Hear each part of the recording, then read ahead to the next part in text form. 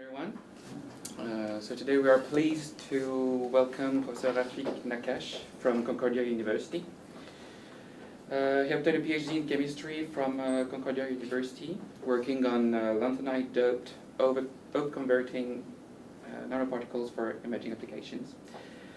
And for his doctoral studies, he was the recipient of the Concordia University Distinguished Doctoral Dissertation Prize and the Governor General Gold Medal in the area of technology, industry, and the environment.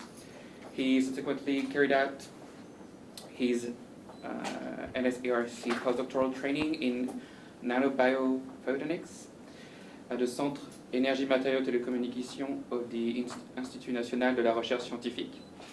And in December 2015, he accepted a tenure-track faculty position as a strategic hire in nanomedicinal chemistry in the Department of Chemistry and Biotechnology at Concordia. He's currently a Petro-Canada Young Innovator and a Concordia University Research Fellow, and his group research program focuses on the study of the fundamental properties of fluorescent carbon nanomaterials and hybrid nanosystems for the development of sensing, imaging, and catalyst applications. So, thank you for coming, welcome, and the floor is yours. Oh, thank you. Alors, merci beaucoup pour l'invitation, Jean-Michel, et merci Florian pour tous les coordinations et tous les courriels qu'on s'est passés. Les diapos puis la présentation va se faire en anglais, mais si vous avez des questions, ne vous gênez pas de me demander en français, pas de problème. So, as Florian mentioned, I started at Concordia at the end of 2015, beginning of 2016, and from there, I'm a materials researcher, so we're very interested in materials, but I also came from industry, so I'm also interested in how we can take these materials and do some very interesting applications with them. So I'm going to tell you a bit about some of the work we're doing with fluorescent carbon dots for sensing application. It's going to be sensing mostly on temperature sensing, pH sensing inside biological systems, metal sensing applications as well. And from there, something that we recently started in our group, and that's catalysis, so mostly for transesterification of canola oil to biodiesel. So before I go on, I want to actually thank the people who do the work and that allow me to come here and present to you, because without their hard work, I wouldn't be here. So I'm very thankful to my group because they do work very hard. I'm also thankful to a lot of collaborators that, since I've started, we've built up a good network of collaborators in Canada and across the world, as well as funding agencies, because without funding agencies, we wouldn't have anybody to pay the bills. So we do thank them as well for that. So we're particularly interested in carbon dots because one thing that we like about them is that they're very small nanoparticles. They are quite easy to make if you know what you're doing, of course. They're about less than 10 nanometers. They're predominantly amorphous. They're mostly sp2 hybridized systems in the core and some sp3 character as well. And we can functionalize the surface with whatever we want. We can put, chemistry-wise, they're very versatile. There's a lot of functionalities that we can introduce. They're mostly comprised of carbon, oxygen, nitrogen, and hydrogen. And we can actually control what kind of heteroatom doping we do simply by selecting the correct precursors, right? So we can dope with thiols, we can dope with phosphorus. So really, it's our choice. Again, what's nice about that is that you can make them virtually out of anything, and I'll show you something about that later. They're very highly dispersible in water, so we don't necessarily have to work with any solvents, organic solvents, if we don't want to, and that also is very interesting for us because we're trying to work with a material that can be sustainable and that's relatively easy and affordable to use. And the nice thing is that because some of our work is focused on biological applications, they do have to date some low cytotoxicity and good biocompatibility based on the results we've generated in our lab, as well as what's been reported in the literature. And that's why I put this little asterisk all the time, because when it comes to talk about toxicity of materials, people tend to sort of just throw out their hand and say, well, they have low cytotoxicity. But remember the set of data that you're working with and how representative it is relative to what you're interested in doing. So why are they interesting? Well, because we can control their properties, especially their optical properties, quite extensively. So in our lab, we're able to generate carbon dots that can fluoresce all the way from the blue to the deep red. We can also get them to fluoresce in the gels, for example, we can make polymer dispersions that contain carbon dots, and then when we actually cast them, we can still obtain fluorescence. So that could be potentially very interesting for some applications. And more recently, we're able to start getting them to fluoresce in the solid state, and that's usually more difficult with nanomaterials. But when I saw this, I wasn't really 100% convinced, and I asked my students to prove it to me in another way. So they wrote something that looks like a bit of a ransom note, you know, and then when it dried, they put it under light, and you know, it could fluoresce. So I was like, okay, fine, it's fluorescent in the solid state. But that could be very interesting because you can think down the line about making things like optical barcodes, for example. So you can print these invisible codes on products, and they could be used as anti-counterfeiting agents, right? Where they can only be visible if you excite them with an appropriate wavelength of light.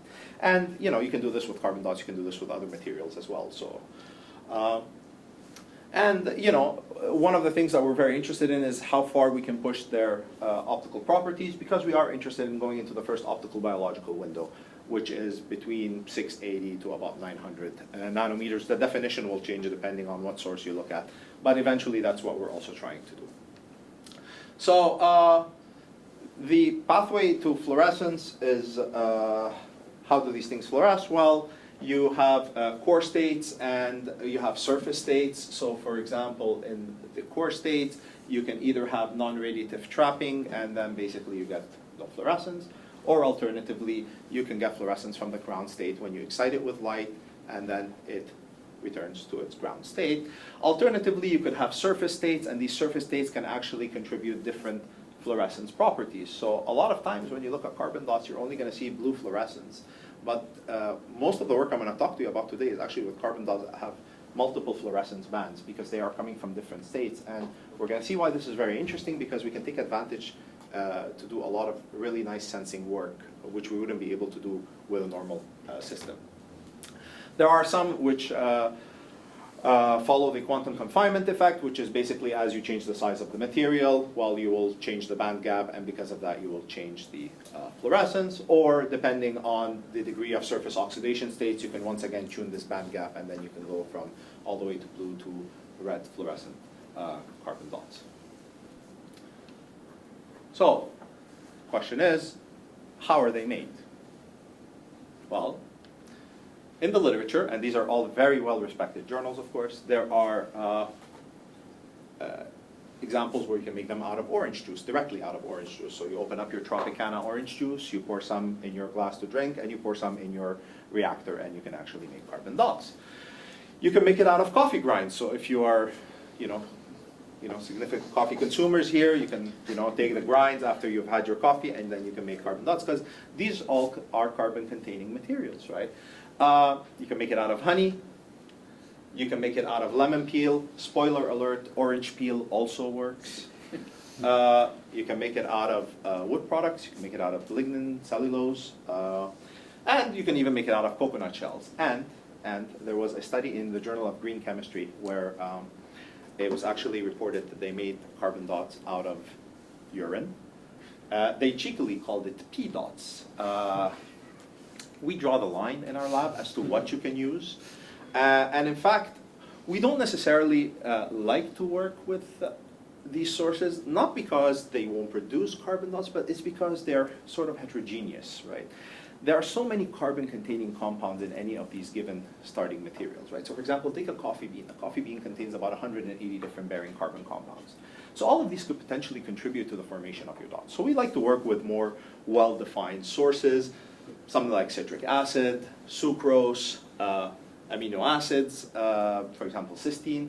And this is nice because it allows us to study how these molecules will actually form the carbon dots, and we can then follow step by step how these carbon dots are actually being made. And you can do this either top down, or you can do this bottom up. In this case, for example, you have your precursors. You start off, you put those in the microwave reactor, and then you have a glass vial. In this glass vial, you will heat it up at temperatures of about 160 to 220 degrees. Pressure, usually, depending on what solvent you use, can cap out at about 200 psi in the reactor. It's a nice reaction because it's quick. Microwave reactions are really fast. So when you're trying to do any exploratory work, we start usually with a microwave reaction to see if it actually would work off the bat or not. Alternatively, you can do this with a hydrothermal reactor, and in this case, you can use slightly larger volumes than the microwave, and as well, you can attain much higher pressures because pressure is a good mediator in the formation of nanomaterials in general, so it allows us to sometimes access carbon dots, which would not necessarily be easy to prepare using the microwave. So these are all thermally mediated syntheses, so you need to go to high temperatures. You know, we started doing some work on low temperature and room temperature synthesis of these materials, but so far, you know, they're not very interesting in terms of properties, but we're working on it. And I think one thing that's very important when you talk about material is talking about how to purify these materials, because this is one of the most important things you will do, and many of you here who have any projects that touch on materials, the purity of the material can actually dictate the outcome of your process. So for example, if you don't take the time to remove any side products or unreacted materials, well, these can actually influence the outcome. So it's very important that you actually make sure. And we've sort of got it down now to a T. We spent almost a year just working out all the different possibilities in terms of purification of our materials, and now we know what to do for these systems. So how does that tie into our research interests? Well, I just spent quite a bit of time talking to you about carbon dots, so you can probably bet that at the center of it is carbon dots. And we have sort of several different axes, which is we have people who are more interested in the materials. So actually, they're material scientists. They're fundamentally interested in how we make materials, but also sometimes hybrid nanomaterials, because hybrid nanomaterials offer an opportunity to access properties that we would not necessarily be able to have with a single material. For example, combining a metallic nanoparticle and a fluorescent nanoparticles gives us access to different properties relative to the individual particles alone. We also do, recently started doing a bit of work on catalysis, and the work by Alexia is going to be something I talk about later on in the presentation, which is the work on the transesterification of canola oil to biodiesel. And we do a lot of sensing and imaging because these are fluorescent nanomaterials. And I came from pharma in industry before joining academia, so I've always had my heart close to pharmaceuticals and biological applications. So we also do some of that. And yeah, so we're going to see some work on here. And imaging and sensing, as well as some on the catalysis work that we do. So typically carbon dots, if you look them up in the literature, their fluorescence looks something like this. There's a single broad band of fluorescence, and a lot of it can vary. Basically, the position of that fluorescence will vary as a function of the excitation wavelength. It was then figured out that if you passivate the carbon dots, so you introduce electron donors. In the beginning of the synthesis or even post-synthesis, you can actually remove this excitation-dependent behavior, and then your fluorescence basically is always going to be at the same place. You're just going to lose intensity because you're not exciting in the absorbance maximum, which makes sense.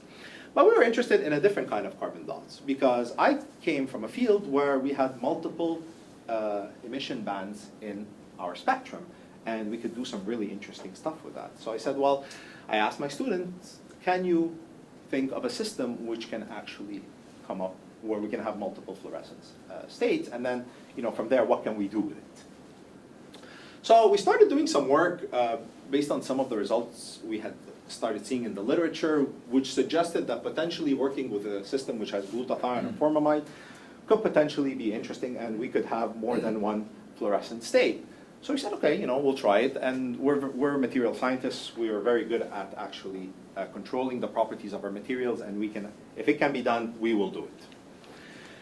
And we make these materials, and so carbon dots are predominantly amorphous. They don't like to diffract electrons very much. They're actually terrible at it. So because of that, they tend to be very difficult to see in the TEM. But if you see, there are some dark spots here, and these are actually the carbon dots.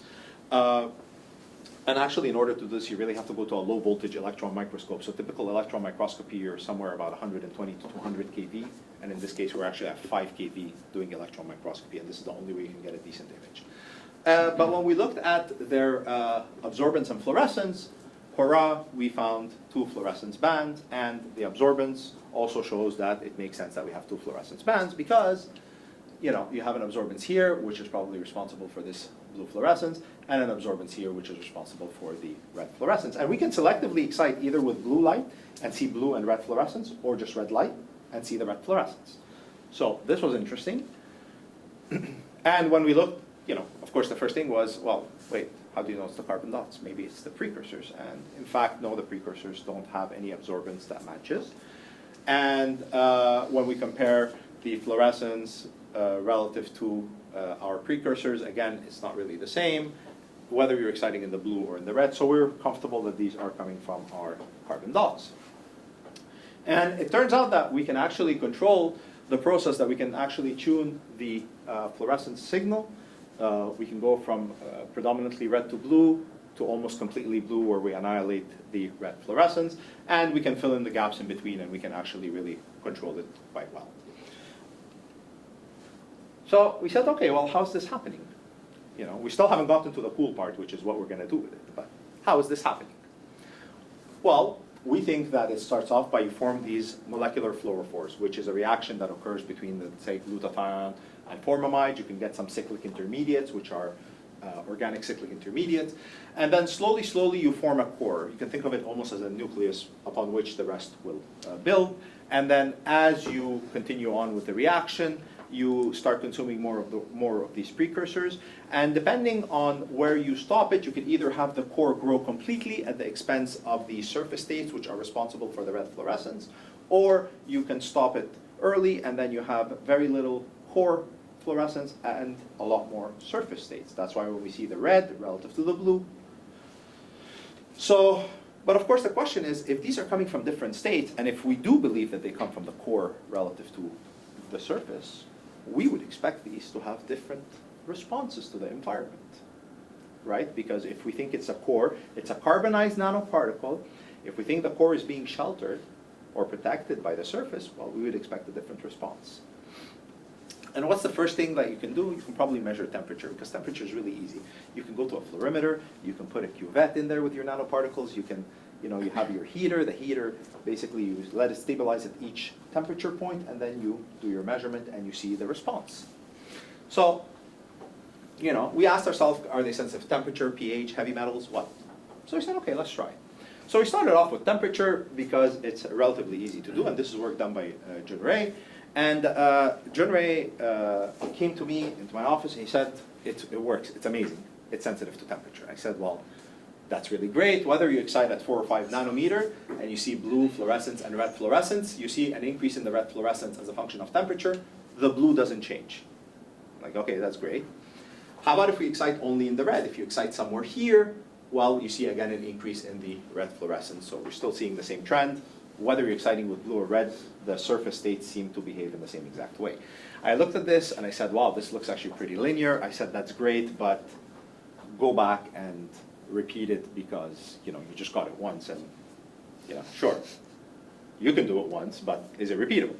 He comes back and he shows me the same thing, and I'm starting to doubt myself if he did it or not. I said, this is good, but, you know, I'm an n equals 3 kind of guy, you know, so go back again. And he sort of got upset at me because I didn't believe him, but, you know, I wanted reassurance. So he goes back, comes back, shows me the same thing, and I go, look, I have a problem with what you're showing me, and that's because I don't see the error bars. So what he had to do was he actually had to blow it up, and somewhere here, and I don't know if you see it on the screen, depending on how well focused you are. I think I'm out of focus maybe, but somewhere here you actually see there are error bars, but it was that reproducible that the values were changing exactly the same way as a function of temperature. So I said, well, this is great. From there we calculate the thermal sensitivity, and the thermal sensitivity is about 0.05 kelvins, which is pretty darn good. And that's without any optimization of our system. And, you know, these things are actually quite stable over a period of 6 months, so we basically leave them, and then every month we measure the, you know, the fluorescence, and we see if there's any fluctuation or these things are falling apart. All we're doing is measuring the stuff in water, right? So, I mean, but are they stable or not? We found some systems that were not, that would actually simply just start falling apart. So, and in terms of thermal cyclability, they're actually very thermally responsive, and they can actually go back and forth between 5 and 60 degrees, which is a temperature range that we looked at, and they recover pretty fast. And we've done more than 6 cycles, but I mean, it's just, you know, I didn't need to show more than that.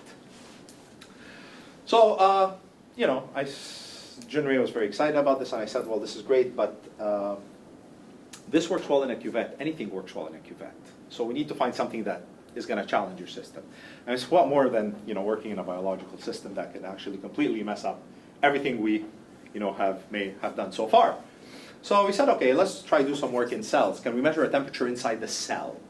Okay, but of course you have to, you know, do safety first. You have to actually do some cell tox studies because you don't want to kill the cell before you measure the temperature. So we need to know where should we be working at. And we do some work. We show that, you know, the IC50 is actually about 150 micrograms per ml. We're working significantly below that, so we're not worried that we're going to kill the cells by incubating our carbon dots in there. They do get uptaken by the cells. In fact, you see here the red fluorescence. So we know that they're inside the cells. And then what we did was we actually we took cells and we put them on a heating plate, and we went from 32 to 42 degrees Celsius, and we measured the fluorescence from the cells that were incubated, from the carbon dots that were incubated in the cells, and what we were expecting to see, right, is that will it actually be similar to what we observed in the cuvette. And we, you know, you wind up counting quite a few of those. Here I'm showing you just a limited subset, but I think for each measurement we counted a few hundred of them. And what we see is a steady increase in the red to blue ratio, which, if you recall with the cuvette, when we excited with 420, we saw an increase in the red while the blue didn't change. And in the cells, the same thing. And in fact, when we plot it relative to the cuvette model, it's also linear. There is a slight difference, of course, if you compare the slope here and the slope here, but you are working with cells, you are working with interferences from the surrounding. There is a component of autofluorescence when you're working in biological systems. But essentially, the idea was these are the HeLa cells that were stained, and in red here, what you see are the carbon dots, which have been incubated in the cell. And we can actually see a change in their fluorescence as a function of the temperature. So do we really care only about measuring temperatures in the cells? No. But if you start thinking about this, is that one, you could start thinking about designing smart, for example, post-implant diagnostic tools, right? Where you can take these, you can implant, you can maybe design a polymeric net that you can put somewhere close to an organ following a transplant, and then you can use to sense for potential for infection if the temperature rises. An infection post-operative implants in post-operative implantation is actually quite common. So this could be something very interesting. The other thing that, you know, could be very interesting is that now that we started making them fluorescent in the solid state, can we also make them temperature sensitive and fluorescent in the solid state? So now we can start making smart surfaces which are temperature sensitive, and those two can actually be quite interesting for many applications. You know, so we asked ourselves, well, can it be sensitive to something else? And one of my students had a lot of interest in sort of environmental applications, and heavy metal leaching seems to be something that spoke to him. He said, okay, this is actually work that was done by Francisco, who was an undergrad, now is a master's student. I'm co-supervising him. I'm not his direct supervisor, but anyways, it doesn't matter. And Adrienne Clermont-Paquette, who's a super undergrad, she's amazing, and she's working right now in biology with my colleague on her undergraduate project in biology with carbon dots and their uptake in cells. So what we noticed is that we can actually use these dual fluorescent carbon dots to also measure measure the concentration of metallic cations in solution. And what we see is that as you increase the metallic cation concentration, there's a decrease in the red fluorescence, whereas the blue does not really seem to change. So once again, we can do this ratiometrically, which was great, and we get a very linear slope.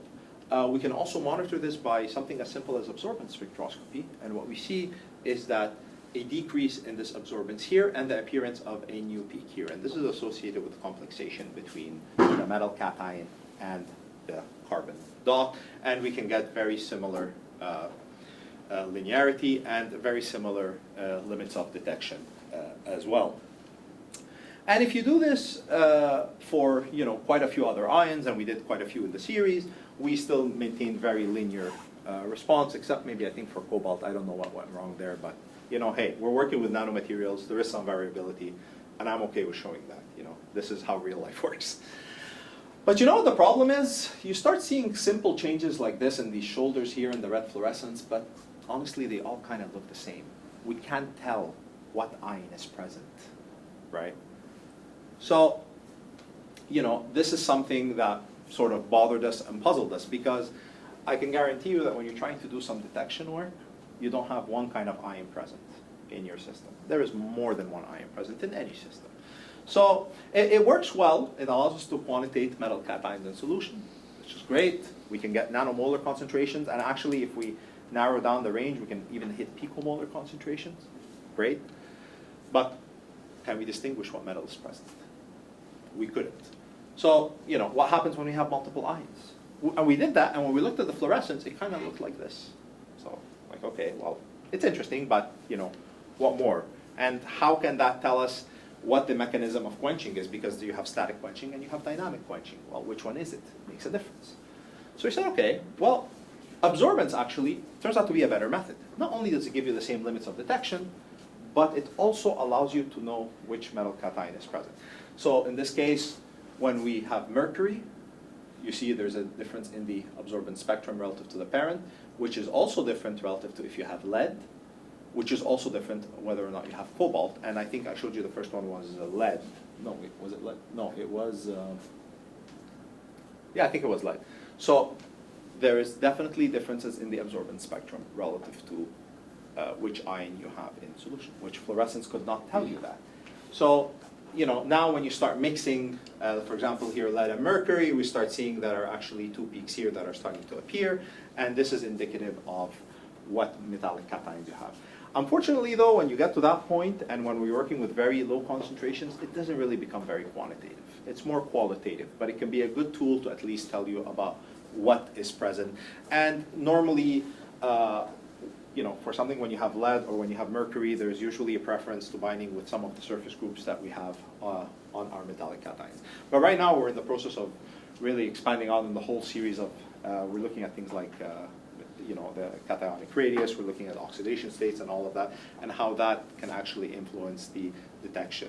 And from there on, what we'd like to do is move from working in controlled systems like in water, right, where we are seeding with a special amount, or a certain amount of salt, and work with real life systems, because very often you will not find your metallic cations just free floating around in solution. They're actually complex to dissolved organic matter or some of the other sort. And we're working with a colleague of ours who's an environmental chemist, and we're actually trying to do that. We're trying to see if we can actually complex with some of the metallic cations that are in real life systems. And then, we're interested in how this quenching occurs. So if you have static quenching, you should see a change in the absorbance contribution, because you have a CD metal complex as well as the CDs that are not complex, which if you saw the absorbance spectra, probably points to that. But we also have dynamic quenching, which results basically in changes in the lifetimes once you keep adding quencher, because you have now an additional non-radiative de-excitation contribution.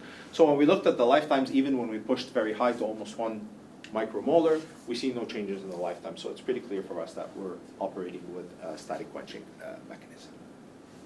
So I said, well, okay, this is great. And how about pH sensing? Because, hey, let's see how far we can take this.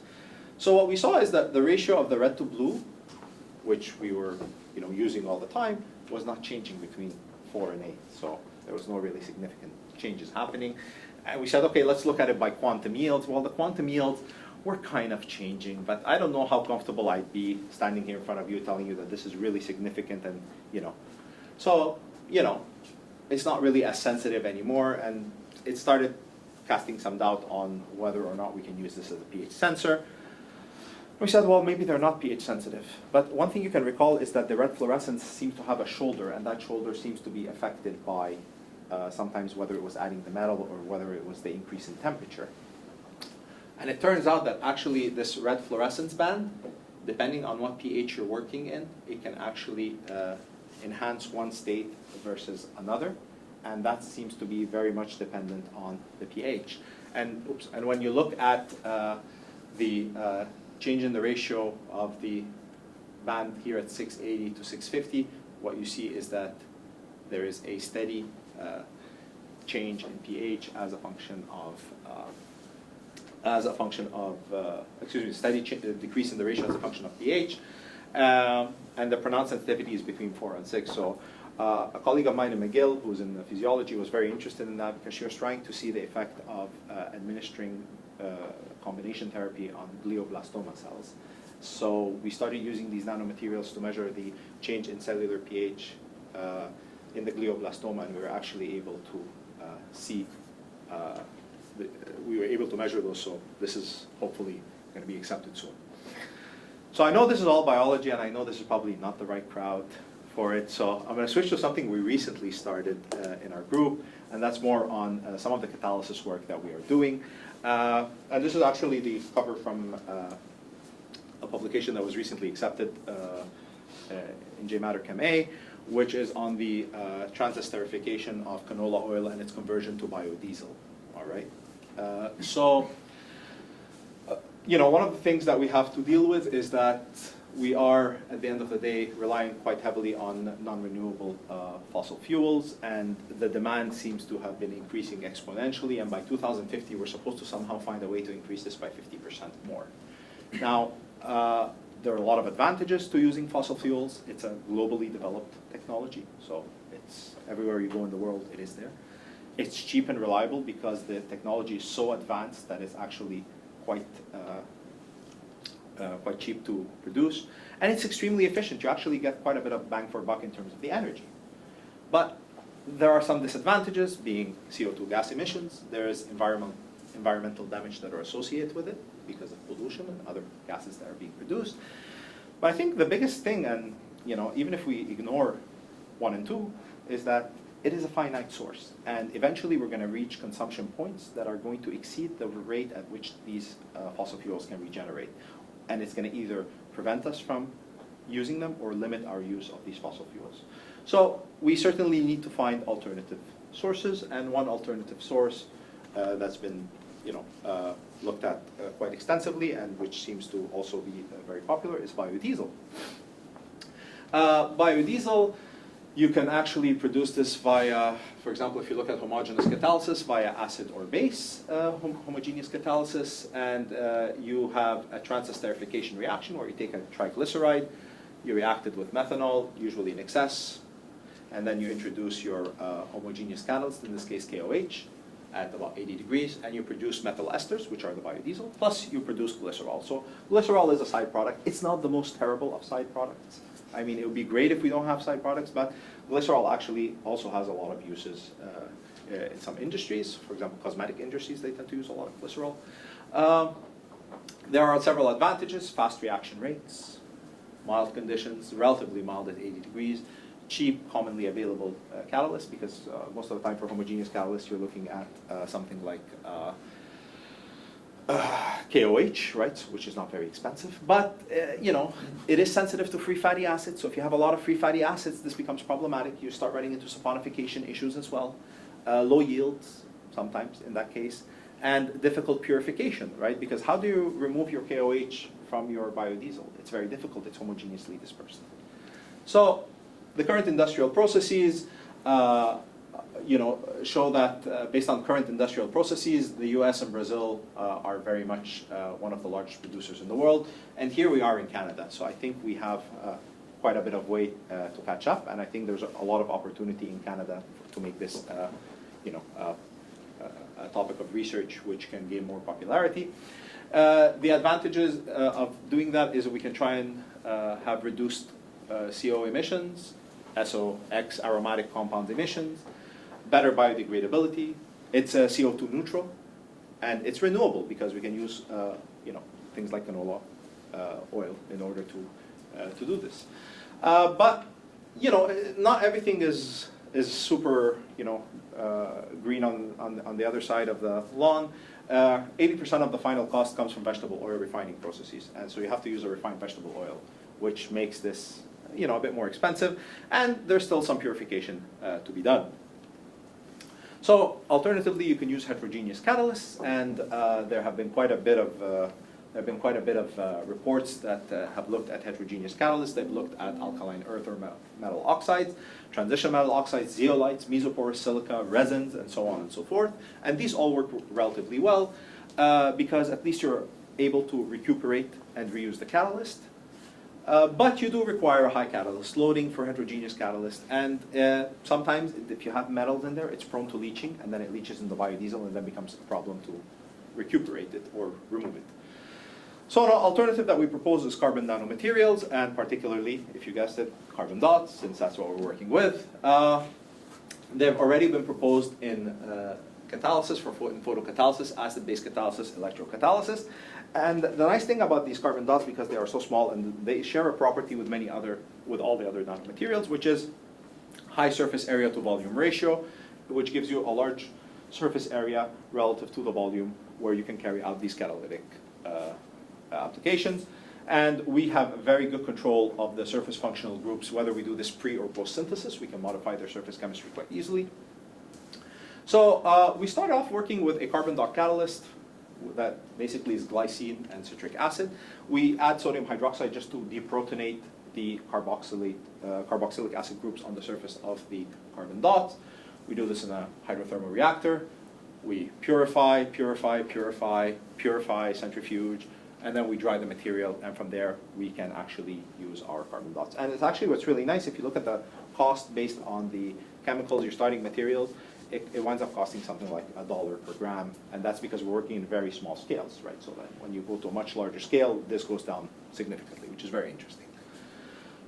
We characterize them. We see that, again, you see these dark dots here. Those are carbon dots. They're about 10 nanometers in size. They're amorphous. By TGA, we confirm that, this is what you typically observe. There's some residual either moisture or solvent, which basically you lose upon heating.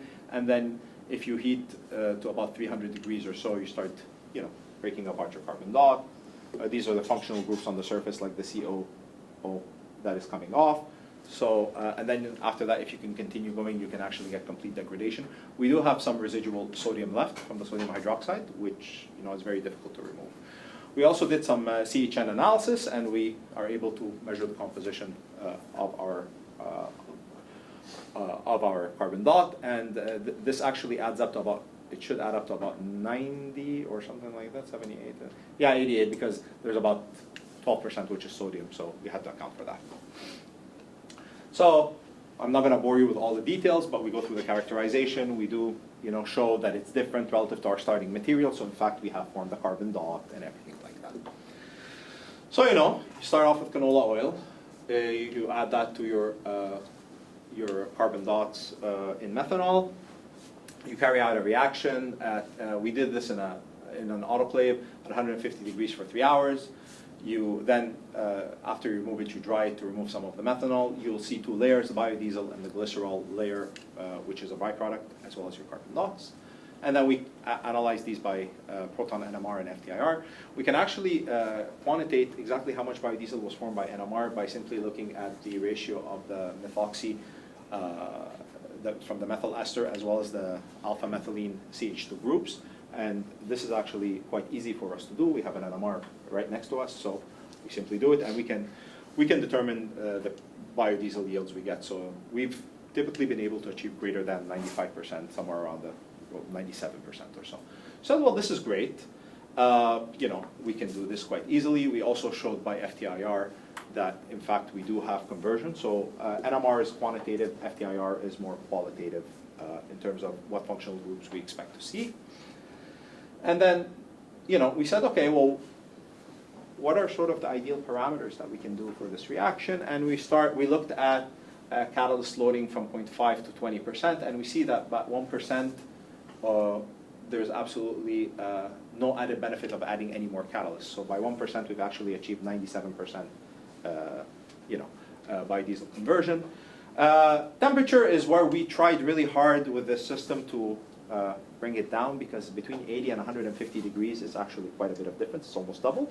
But we see that in the current way that we're doing it, we need to be at 150 degrees. So this is something we're working on right now to try to decrease the temperature for the reaction. In terms of time, we're able to bring it down to 2 hours. So it goes from a 3-hour reaction to a 2-hour reaction.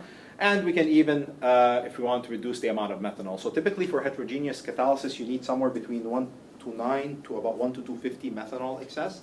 We are able to do it at about 1 to 18, which is not terrible. It's actually pretty good. It's still more than the homogeneous catalyst, but one thing we like is that we're able to quickly recover our catalyst and reuse it over and over, and we've done this over multiple cycles. Here I'm showing only up to 5, but we can do a lot more. And we don't even purify our catalyst. We just take the catalyst as is, put it back in the reaction, and start a new reaction, and we still get very high conversion. So at least we're very happy about that. How do we think this is happening? Well, here is a proposal, but that we sort of borrowed from a homogeneous catalysis, where basically these COO minus will be responsible for the extraction of this proton here, and then a rearrangement to provide the methyl ester, the biodiesel, and here you'll have your glycerol byproduct. But in order to really confirm that, we decided to vary the amount of deprotonation on the surface of our carbon dots, because if these COO minuses are actually, their carboxylic groups are actually responsible for the deprotonation, or at least based on this mechanism that we propose, the less of them we have, then the less transesterification we should observe.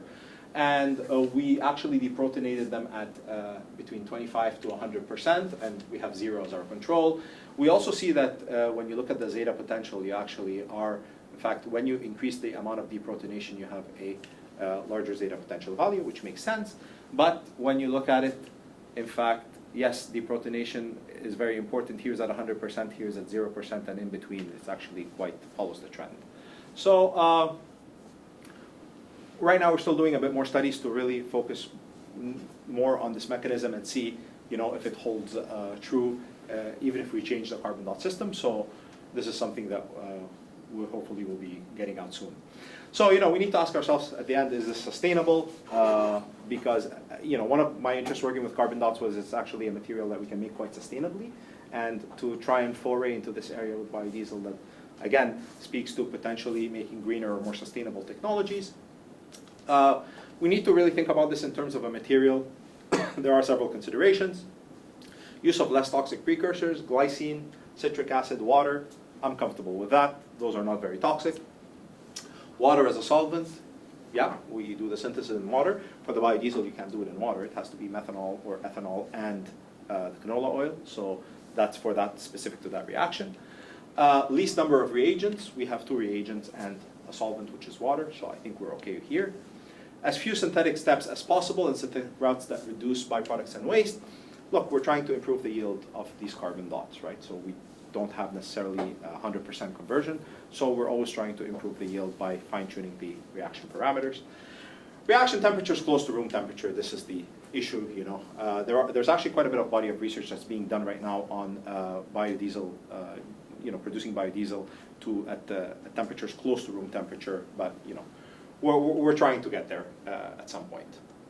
And of course, we're trying to show that this can be done at minimal cost, because at the end of the day, if you want industry to be interested, if you want the consumer to be interested, and if you want the government to be interested, well, you have to show that this is actually something that's advantageous for them.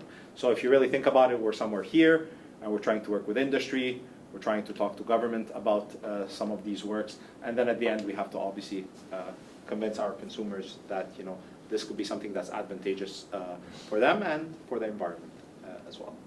So with that, I'm going to stop. I'm going to just, hopefully I did convince you that they're interesting probes, that they can be quite attractive for sensing applications, that we can do this using a ratiometric means, because that we don't need to introduce a reference in there. It is self-referencing by simply doing this ratiometrically. They can be interested for biological applications, but then we can actually also start looking at some of these catalytic properties of the materials, and perhaps these could be interesting for the energy field. I'll stop here, and I'll thank you for your attention. If you have any questions, I'd be happy to answer.